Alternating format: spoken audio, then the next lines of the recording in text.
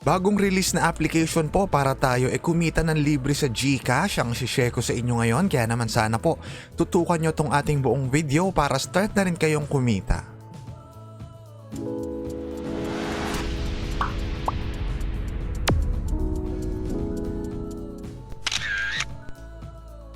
Hello guys, kamusta po kayong lahat at welcome back po dito sa ating channel. For today's video po, excited akong i-share sa inyo yung pinakabagong trending na application.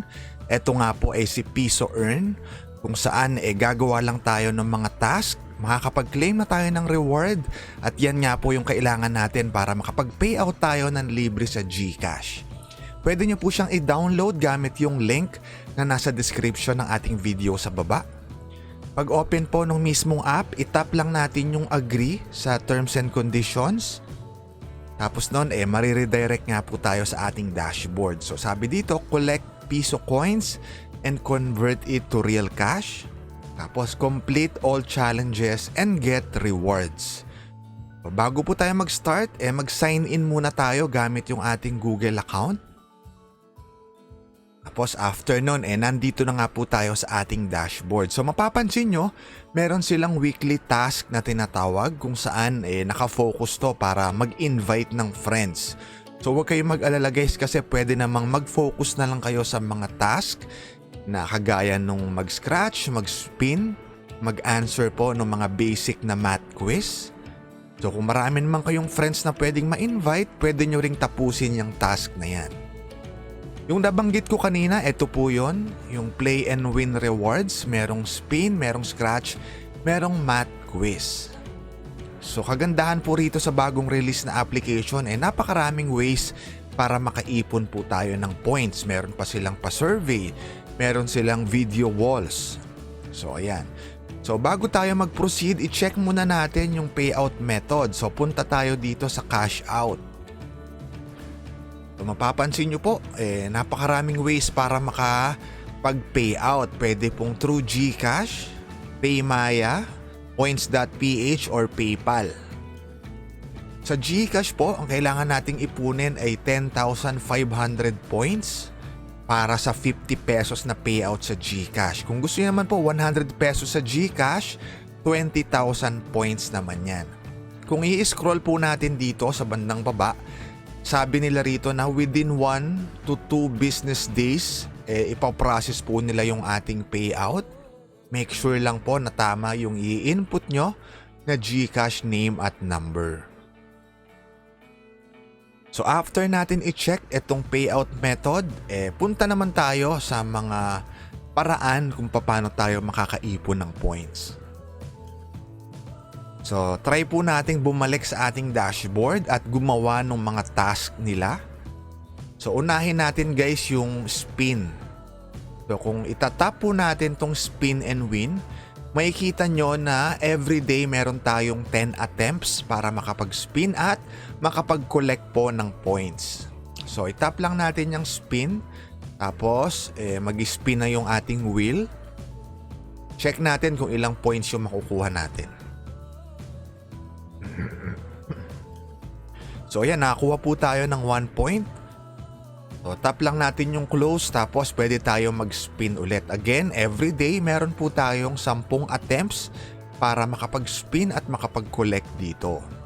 Sa pangalawang spin, makikita nyo guys na nire-require na tayo na manood ng ad bago natin maklaim yung gold coin or yung points. So itap lang natin yung watch ad to unlock. Mga 10 to 15 seconds lang naman po yung ad. Tapos makokollect na natin yung points natin. So next naman tayo, punta tayo dun sa scratch card. Kagaya po nung spin and win, everyday meron din tayo ritong 10 attempts para makapag-scratch. Maganda rito kasi mas mataas po yung nakukuha na points. Ayan, kagaya niyan, 15 points agad yung nakuha natin. Tapos kapag nag-scratch tayo ulit, meron ulit lalabas na nire-require tayo ulit manood ng short video or ng ad. So panoorin lang ulit natin kasi parang support na rin natin yun sa developer kasi dun din sila kumikita sa mga ads na pumapasok. Yun po yung ginagamit nila para maipambayad sa atin. So So next po, yung math quiz. So mag-answer lang tayo ng mga basic na math questions. May multiple choice pa nga rito. So pipili lang tayo ng sa tingin natin na tamang sagot at makakapag-claim din po tayo ng points.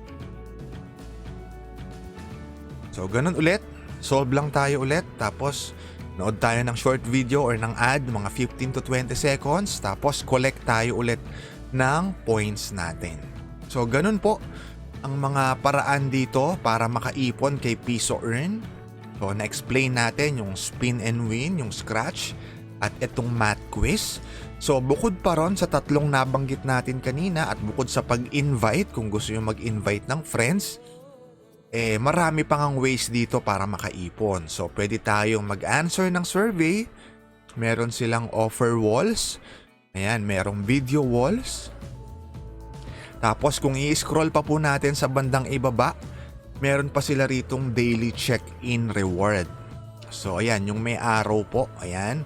I-tap lang natin yung claim. Again, daily bonus po yan or daily check-in bonus. So 70 points yung nakuha natin. So everyday, huwag nyong kalimutang mag-claim dyan ng bonus points. So saglit lang, imagine nyo 130 points na tayo agad. So what more kung gumawa pa tayo ng mga task, di ba po? So sa payout, kapag tayo ay nakaipon na ng 10,500 points, request payout na tayo 50 pesos na GCash. So 100 pesos naman, 20,000 points ang kailangan nating ipunin. Again, bagong release na application po, sana makatulong sa inyo na kumita gamit ang inyong mga cellphone at kahit kayo po nasa bahay lang. Kung gusto nyong subukan, nandun po yung link sa description ng ating video sa baba. Guys, yung payout proof na naipakita natin sa start ng ating video ay galing po dito kay Treemaster app. So malinaw po yan, ang payout proof nung start ng ating video ay galing dito kay Treemaster. Ito nga po yung ating naging live withdrawal request doon. So nakaipon tayo ng 94,000 na fruits. At yan nga po yung i-request natin, 50 pesos GCash. Sa Treemaster, iwa-water lang natin, aalagaan natin yung ating tree. Makakapag-produce po siya ng fruits, yan yung kailangan nating ipunin para makarequest tayo ng payout. So gagandahan dito, real time yung payout. Ayan, nakita nyo naman dumating agad 50 pesos.